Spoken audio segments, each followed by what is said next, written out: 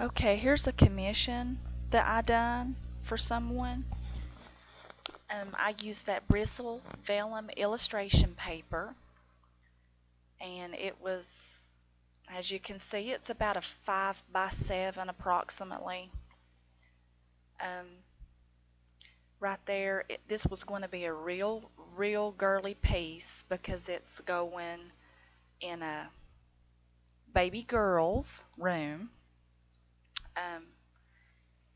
So it's really girly. So I started this piece in the background, and I am just very lightly, and I build layers and layers, and you have to be really careful on that illustration paper, that vellum, I think's how you say that, because if you get that too wet, it will not necessarily tear, but it starts coming up, if that makes sense. But I lightly went around the background, and I'm using just watercolor right now, and it's just barely light, and you can see me. Oh shoot.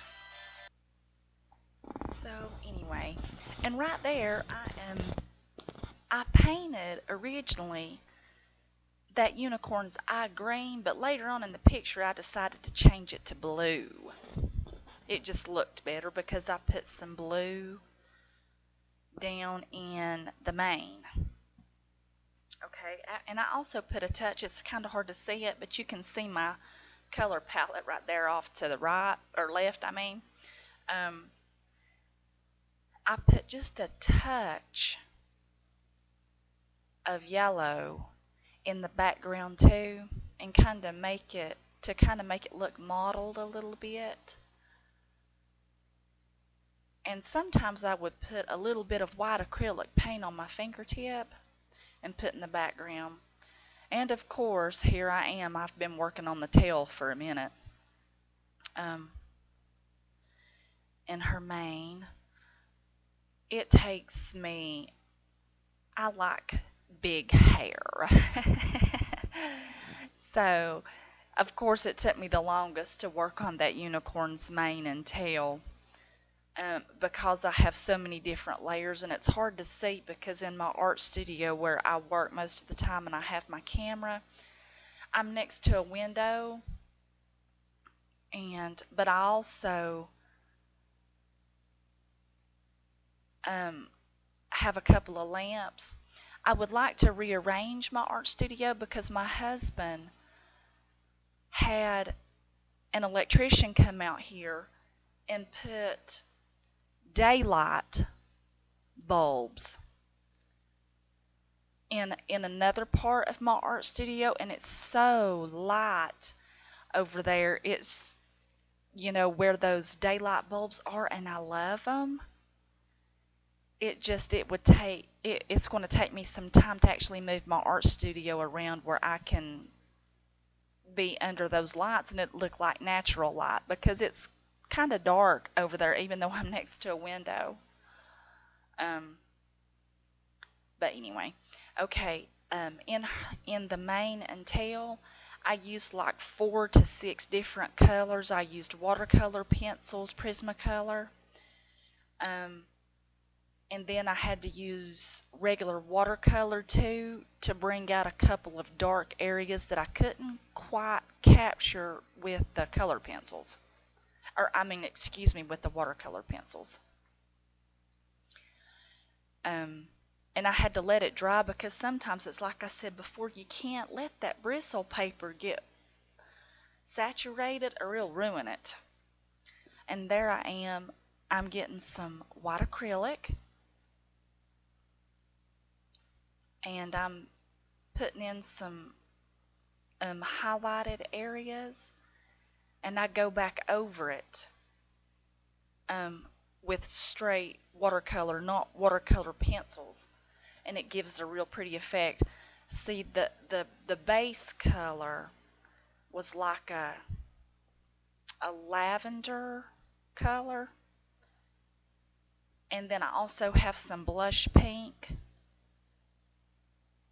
because it makes it a real nice highlight after well, you can see me right there going over it in several places to lighten it up with white acrylic, just a little. And then I will eventually go back over those places where I have the white with a hard watercolor palette. You know, I always use that Loew-Cornell. It's got like 36 colors in it, I think, or 32. I can't remember.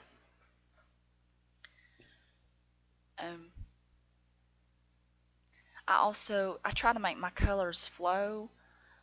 So for the 3 butterflies that are in there, I used pink and purple in those little butterflies. And also, it happened 4 or 5 minutes ago. I whited that eye back out with acrylic, and I went back over it with blue because I have some blue areas in her mane and tail, and sometimes it's hard to see the colors that I use. A video camera doesn't pick up the brightness of the purples and pinks and blues like I like to use. So that kind of looks muted. It could be the lighting, could be my camera, but it's just hard picking up those bright colors that I like to use. And as you can see, I spent a lot of time in the mane and tail. And I put a little bit of blue, as you can see, off in the background, just a couple of spots to make it flow, because I have a couple of blue shadows in her mane and tail. And I always, guys, I try my hardest to not cover up my ink lines, but there you can see I've got an ink pen and I'm having to go back, and a lot of times I will have to re-ink an entire creation. It's easier to control my paintbrush when I use acrylic paint, but when I have ink, and a lot of times, because that's just a 5x7, so that horse, or I mean the unicorn's probably only in reality about 4 to 5 inches tall maybe, and it looks big, but it's not really that big, and I lose my ink lines, and that's how come I have to go back and put them back in, because that's, to me, the black outline is what makes my colors pop so big. And I don't want them too thick, but I do always have to go back and re-ink. And I just left the unicorn white and put a little bit of very light blue, and maybe even a touch of gray for the shadows in the unicorn, and just let the natural bright white of the paper be for the unicorn. And I use 2 or 3 different ink pens whenever I ink.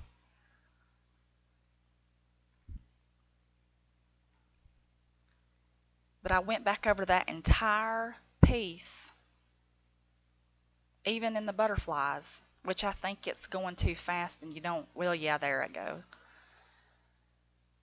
See, you can tell right there in that butterfly how I lost the detail, so I had to go back in there. Because the watercolor, you have to watch it, it spreads out, and that's how come I always have to re-ink when I do something this small. It's easier to use acrylic paint, and I can get right up next to, you know, the ink line. And I did use a touch of a marker because I couldn't get it quite like I wanted it. And here is my favorite part. You know I love that glitter. I glittered up her mane and her tail and just some of the light pink places, and there it is finished. It turned out pretty cute. If you haven't already subscribed to my channel, I would love it if you did, but if you don't want to, you don't have to. You're welcome back here absolutely anytime. And thank you so much for watching. Take care.